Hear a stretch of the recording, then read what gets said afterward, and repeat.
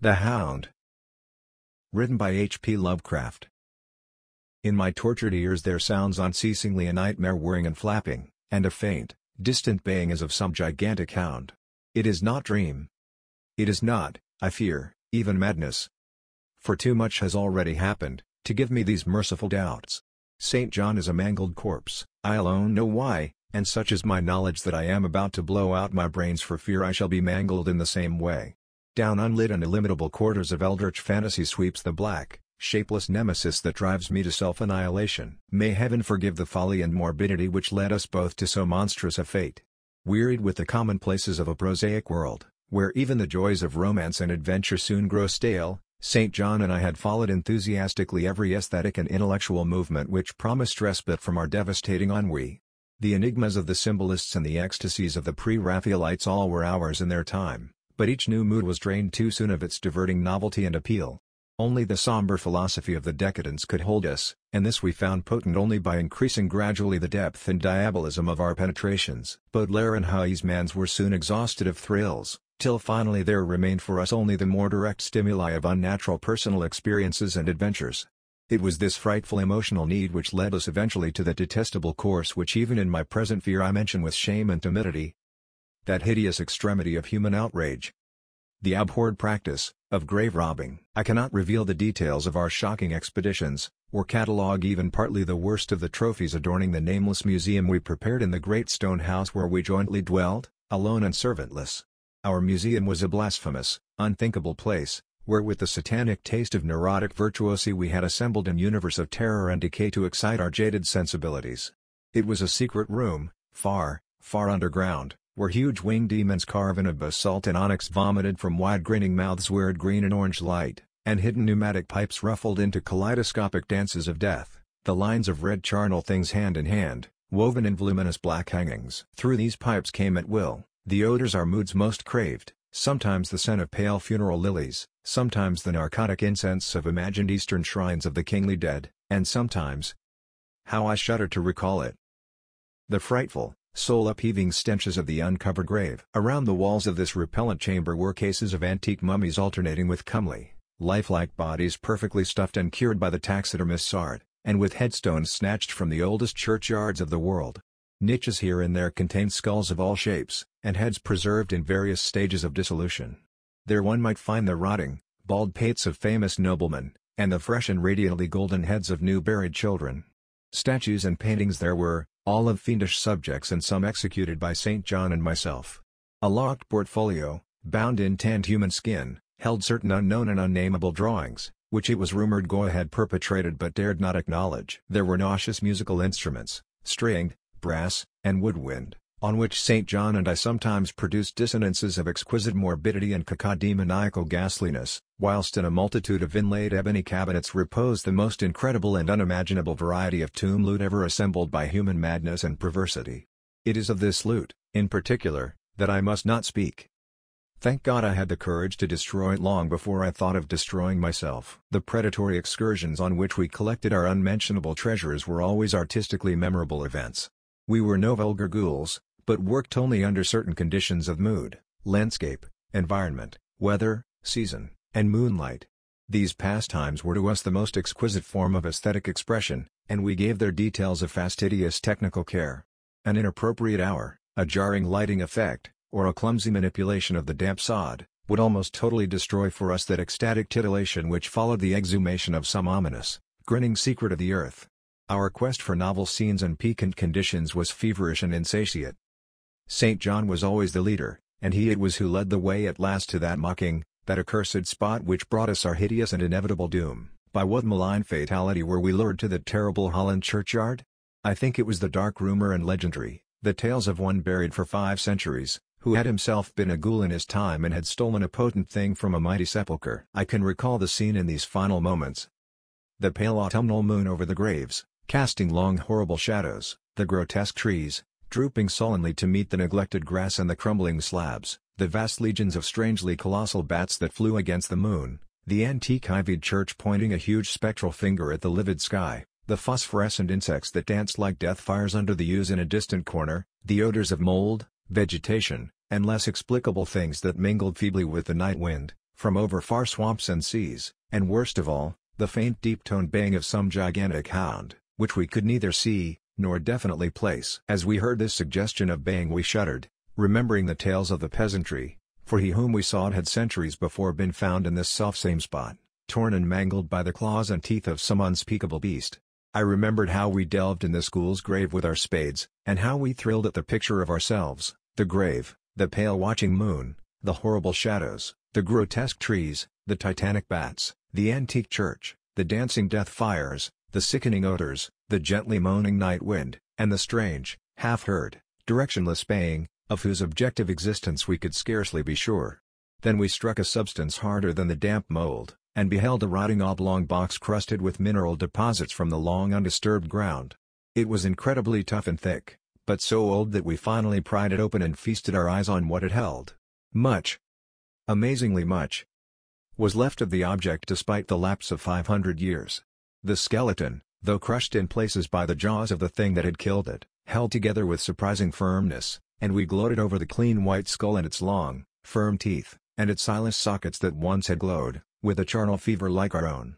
In the coffin lay an amulet of curious and exotic design, which had apparently been worn around the sleeper's neck. It was the oddly conventionalized figure of a crouching winged hound, or sphinx with a semi-canine face, and was exquisitely carved in antique oriental fashion from a small piece of green jade. The expression on its features was repellent in the extreme, savoring at once of death, bestiality, and malevolence. Around the base was an inscription in characters which neither St. John nor I could identify, and on the bottom, like a maker's seal, was graven a grotesque and formidable skull. Immediately upon beholding this amulet we knew that we must possess it, that this treasure alone was our logical pelf from the centuried grave. Even had its outlines been unfamiliar we would have desired it, but as we looked more closely we saw that it was not wholly unfamiliar. Alien it indeed was, to all art and literature which sane and balanced readers know, but we recognized it as the thing hinted of in the forbidden Necronomicon of the mad Arab Abdul al-Hazred, the ghastly soul symbol of the corpse-eating cult of inaccessible Leng, in Central Asia. All too well did we trace the sinister lineaments described by the old Arab demonologist. Lineaments, he wrote, drawn from some obscure supernatural manifestation of the souls of those who vexed, and gnawed at the dead. Seizing the green jade object, we gave a last glance at the bleached and cavern-eyed face of its owner and closed up the grave as we found it. As we hastened from that abhorrent spot, the stolen amulet in St. John's pocket, we thought we saw the bats descend in a body to the earth we had so lately rifled, as if seeking for some cursed and unholy nourishment. But the autumn moon shone weak and pale, and we could not be sure. So, too, as we sailed the next day away from Holland to our home, we thought we heard the faint distant baying of some gigantic hound in the background. But the autumn wind moaned sad and wan, and we could not be sure. Less than a week after our return to England, strange things began to happen.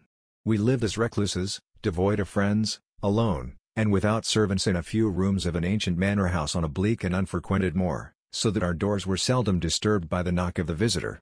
Now, however, we were troubled by what seemed to be frequent fumblings in the night, not only around the doors but around the windows also, upper as well as lower. Once we fancied that a large, opaque body darkened the library window when the moon was shining against it, and another time we thought we heard a whirring or flapping sound not far off. On each occasion investigation revealed nothing, and we began to ascribe the occurrences to imagination alone. That same curiously disturbed imagination which still prolonged in our ears the faint far baying we thought we had heard in the Holland churchyard. The jade amulet now reposed in a niche in our museum, and sometimes we burned strangely scented candles before it.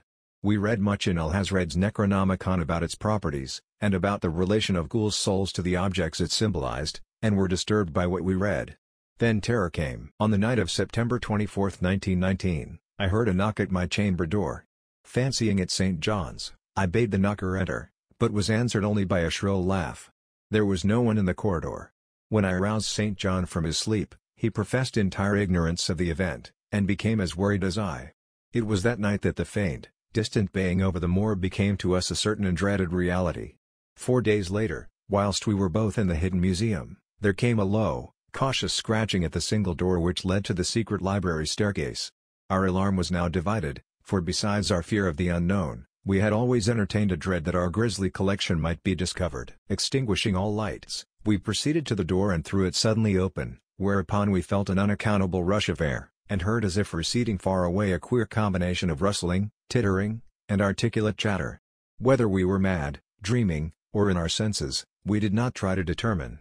We only realized, with the blackest of apprehensions, that the apparently disembodied chatter was beyond a doubt in the Dutch language. After that we lived in growing horror and fascination. Mostly we held to the theory that we were jointly going mad from our life of unnatural excitements, but sometimes it pleased us more to dramatize ourselves as the victims of some creeping and appalling doom. Bizarre manifestations were now too frequent to count. Our lonely house was seemingly alive with the presence of some malign being whose nature we could not guess, and every night that demoniac baying rolled over the windswept moor, always louder and louder. On October 29 we found in the soft earth underneath the library window a series of footprints utterly impossible to describe. They were as baffling as the hordes of great bats which haunted the old manor house in unprecedented and increasing numbers. The horror reached a culmination on November 18, when St. John, walking home after dark from the distant railway station, was seized by some frightful carnivorous thing and torn to ribbons. His screams had reached the house, and I had hastened to the terrible scene in time to hear a whir of wings and see a vague black cloudy thing silhouetted against the rising moon. My friend was dying when I spoke to him, and he could not answer coherently. All he could do was to whisper, "The amulet.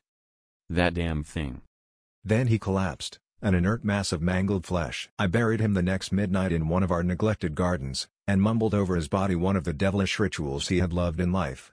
And as I pronounced the last demoniac sentence I heard afar on the moor, the faint baying of some gigantic hound. The moon was up, but I dared not look at it. And when I saw on the dim-lit moor a wide nebulous shadow sweeping from mound to mound, I shut my eyes and threw myself face down upon the ground.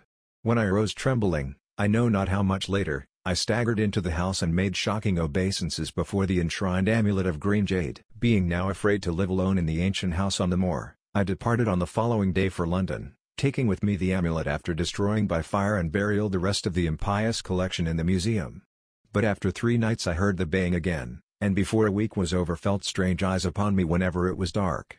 One evening as I strolled on Victoria Embankment for some needed air, I saw a black shape obscure one of the reflections of the lamps in the water. A wind stronger than the night wind rushed by, and I knew that what had befallen St. John must soon befall me.